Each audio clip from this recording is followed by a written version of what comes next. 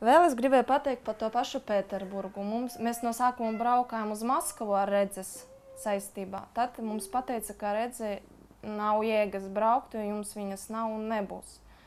Mums ir appusēji neattīstīts acu nervs. Un no sākuma teica, līdz gadam, ja neattīstas, tad nav ko gaidīt.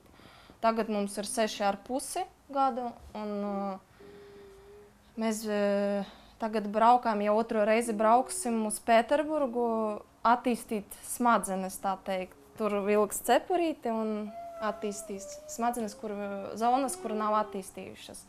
Protams, uz to cerības ir ļoti mazas, bet mēs tomēr cenšamies kaut ko darīt, nesēdēt mājās. Pēterburgā bijām vienu reizi pie profesora uz konsultāciju, un tagad brauksim uz to procedūru 10 reizes. 2 nedēļas tur dzīvosim.